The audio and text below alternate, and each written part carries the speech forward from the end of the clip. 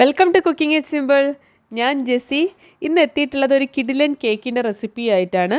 ഒരു മുട്ടയും ഒരു പഴവും ഉണ്ടെങ്കിൽ ഉണ്ടാക്കിയെടുക്കാൻ പറ്റുന്ന ഈസി ആയിട്ടുള്ള കേക്കിൻ്റെ റെസിപ്പിയാണ്.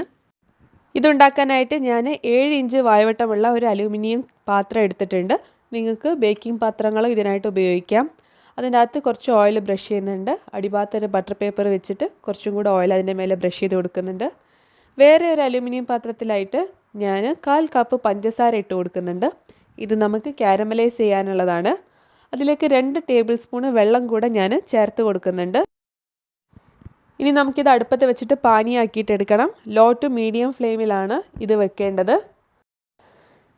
ഇതിന് അലൂമിനിയം പാത്രം തന്നെ എടുക്കണം എന്നൊരു നിർബന്ധമില്ല. നിങ്ങൾക്ക് സാധാ ഒരു നോൺ സ്റ്റിക്ക് പാനിലൊക്കെ ഇത് മെൽറ്റ് ചെയ്തിട്ട് കാരമലൈസ് ചെയ്തിട്ട് എടുക്കാം.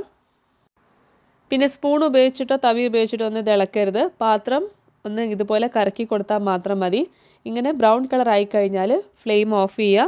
എന്നിട്ട് നമ്മൾ റെഡിയാക്കി വെച്ചിട്ടുള്ള അലൂമിനിയത്തിൻ്റെ ടിന്നില്ലേ, നമ്മൾ നേരത്തെ ബട്ടർ പേപ്പർ വിരിച്ചിട്ട് റെഡിയാക്കി വെച്ചിട്ടുള്ള അലൂമിനിയത്തിൻ്റെ ടിന്നിലേക്ക് ഈ കാരമലൈസ് ചെയ്തിട്ടുള്ള ഷുഗർ സിറപ്പ് ഒഴിച്ചിട്ട് ഒന്ന് എല്ലാ ഭാഗത്താവുന്ന രീതിയിൽ ചുറ്റിച്ചു കൊടുക്കുക. ഇനി നമുക്കിതിലേക്ക് വേണ്ട മെയിൻ സാധനം എന്ന് പറയുന്നത് പഴമാണ്. ഞാൻ എടുത്തിട്ടുള്ളത് ചിക്കൂട്ട എന്ന് പറയുന്ന ഇവിടെ കിട്ടുന്ന ഫിലിപ്പിനോ ബനാനയാണ്. നിങ്ങൾക്ക് പകരം റോബസ്റ്റേ ഇതിന് വേണ്ടിയിട്ട് ഉപയോഗിക്കാം. ഇത് നമുക്ക് ഇതുപോലെ കഷ്ണങ്ങളാക്കിയിട്ട് മുറിച്ചെടുക്കുക. വട്ടത്തിലാണ് ഞാൻ മുറിച്ചെടുത്തിട്ടുള്ളത്. ഇതിപ്പോൾ ഒരു വലിയ പഴമാണ്. നിങ്ങളത് ചെറുതാണെന്നുണ്ടെങ്കിൽ നിങ്ങൾ 2 എണ്ണം എടുക്കേണ്ടതായിട്ട് വരും. നമ്മൾ ഉണ്ടാക്കാൻ പോകുന്നത് ഒരു ബനാന അപ്സൈഡ് ഡൗൺ കേക്കാണ്. അതുകൊണ്ട് തന്നെ പഴം നമുക്ക് ഈ ഒരു കാരമലൈസ് ചെയ്തിട്ടുള്ള ഷുഗർ സിറപ്പിൻ്റെ മേലെ ഇങ്ങനെ നിരത്തി കൊടുക്കാം. പഴത്തിൻ്റെ കഷ്ണങ്ങൾ മുഴുവനായിട്ട് അടിഭാഗത്ത് നിരത്തി കഴിഞ്ഞാൽ നമുക്ക് കേക്കിൻ്റെ ബാറ്റർ ഉണ്ടാക്കാം. ഈ ഒരു നിരത്തിയിട്ടുള്ള പഴങ്ങളുടെ മേലെയാണ് നമ്മൾ കേക്കിൻ്റെ ബാറ്റർ ഒഴിക്കാനായിട്ട് പോകുന്നത്. ഇതിനായിട്ട് ഞാൻ ഒരു കോഴിമുട്ട എടുത്തിട്ടുണ്ട്. ഇത് ഞാൻ മിക്സിയുടെ മീഡിയം ജാറിലേക്കാണ് ഇട്ട് കൊടുക്കുന്നത്. ഇനി ഇതിലേക്ക് നമുക്ക് 1/2 കപ്പ് പഞ്ചസാര ഇട്ട് കൊടുക്കാം. 1/4 കപ്പ് റൂം ടെമ്പറേച്ചറിലുള്ള പാല് ഞാൻ ഇതിലേക്ക് ഒഴിക്കുന്നുണ്ട്. ഈ പാൽ ഒഴിച്ചിട്ട് കേക്ക് ഉണ്ടായിക്കഴിഞ്ഞാൽ കേക്ക് നല്ല സോഫ്റ്റ് ആയിരിക്കും. 1/4 കപ്പ് ഓയിലും നമുക്കിതിലേക്ക് ചേർത്ത് കൊടുക്കാം. ഇനി ഫ്ലേവറിനായിട്ട് 1/2 ടീസ്പൂൺ വനില എസൻസ് നമുക്കിതിലേക്ക് ചേർത്ത് കൊടുക്കാം. എന്നിട്ട് ഇത് നന്നായിട്ടൊന്ന് അടിച്ചെടുക്കാം. പഞ്ചസാരയൊക്കെ മെൽറ്റാവുന്ന രീതിയിൽ നന്നായിട്ടൊന്ന് അടിച്ചെടുക്കുക. അതിനുശേഷം ഇതിലേക്ക് ഒരു 3/4 കപ്പ് മൈദ ഇട്ട് കൊടുക്കാം. 1 ടീസ്പൂൺ ബേക്കിംഗ് പൗഡർ ഇട്ട് കൊടുക്കാം. അതുപോലെ തന്നെ കുറച്ച് ഉപ്പ് ഇട്ട് കൊടുക്കുക. 1/4 ടീസ്പൂൺ വേണമെന്നില്ല, ഒരു 3-4 നുള്ളു ഉപ്പിട്ട് കൊടുത്താൽ മതി. എന്നിട്ട് ഇതൊന്ന് അടിച്ചെടുക്കുക. പൾസ് മോഡിൽ ഇട്ടിട്ട് 1-2 തവണ ഒന്ന് കറക്കിയാൽ മതി. അപ്പം തന്നെ മൈദയും മുട്ടയൊക്കെ മിക്സായി കിട്ടും. അതിനുശേഷം ഈ ഒരു ബാറ്റർ നമ്മൾ റെഡിയാക്കി വെച്ചിട്ടുള്ള പഴത്തിൻ്റെ മേലെ ഇതുപോലെ ഒഴിച്ചു കൊടുക്കുക. എല്ലാ ഭാഗത്തും ഒരേ രീതിയിലാവുന്ന പോലെ ഒഴിച്ചു കൊടുക്കുക. എന്നിട്ട് ഈ പാത്രം നന്നായിട്ടൊന്ന് ടാപ്പ് ചെയ്യുക. എന്തെങ്കിലും എക്സ്ട്രാ ആയിട്ട് എയർ ബബിൾസ് ഉണ്ടെങ്കിൽ പോകാനായിട്ടാണ്. ഇത് ബേക്ക് ചെയ്യാനായിട്ട് ഞാൻ അടുപ്പത്തൊരു പാത്രത്തിൽ ഉപ്പിട്ടിട്ട് ചൂടാക്കി എടുത്തിട്ടുണ്ട്.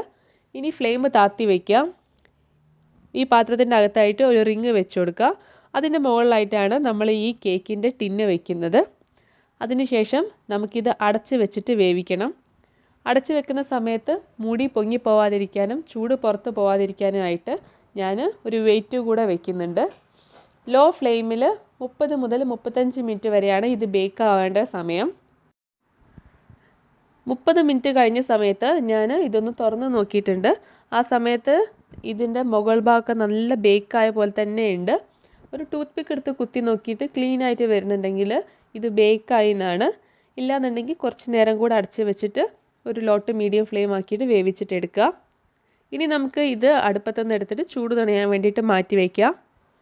ചൂട് മുഴുവനായിട്ട് തണിഞ്ഞു കഴിഞ്ഞാൽ നമുക്കിത് ഡീമോൾഡ് ചെയ്യാം. ഒരു സ്പാച്ചുല ഉപയോഗിച്ചിട്ട് ഇതുപോലെ പാത്രത്തിൻ്റെ സൈഡിലൂടെ ഒന്ന് ഓടിച്ചു കൊടുക്കുക. അതിനുശേഷം ഇത് ഒരു പ്ലേറ്റിലേക്ക് മറിച്ചിടുക. ഇത്രയേ ഉള്ളൂ പണി. നമ്മുടെ ബനാന അപ്സൈഡ് ഡൗൺ കേക്ക് റെഡിയാണ്. ഈസിയാണ് ഉണ്ടാക്കാൻ, നല്ല ടേസ്റ്റാണ് കഴിക്കാൻ. ഇതിൻ്റെ കൂടെ വനില ഐസ്ക്രീം നല്ലൊരു കോമ്പിനേഷനാണ്. എല്ലാവരും തീർച്ചയായിട്ടും ട്രൈ നോക്കണം. ചായൻ്റെ കൂടെയൊക്കെ നിങ്ങൾക്കിത് സെർവ് ചെയ്യാം. അതുപോലെ തന്നെ വീഡിയോ ഇഷ്ടപ്പെടുകയാണെന്നുണ്ടെങ്കിൽ തീർച്ചയായിട്ടും വന്ന് താഴെയുള്ള സബ്സ്ക്രൈബ് ബട്ടൺ ക്ലിക്ക് ചെയ്യണം. കൂടെയുള്ള ബെല്ലൈക്കൺ ക്ലിക്ക് ചെയ്ത് ഓൾ എന്ന ഓപ്ഷൻ എടുക്കണം. എല്ലാവരും ഒന്ന് സപ്പോർട്ട് ചെയ്യണം. ഈ കേക്ക് ഞാൻ കട്ട് ചെയ്തിട്ട് കാണിച്ചു തരാം. നല്ല സോഫ്റ്റ് ആയിട്ടുള്ള കേക്കാണ്. ശരിക്കും പറഞ്ഞാൽ ഞാൻ വായിലിട്ട് കഴിഞ്ഞാൽ നിങ്ങൾക്ക് ആ ബനാനയുടെ കേക്കിൻ്റെ ടേസ്റ്റ് ശരിക്കും ഫീൽ ആവും. എല്ലാവരും ട്രൈ ചെയ്തിട്ട് ഫീഡ്ബാക്ക് അറിയിക്കുക. താങ്ക്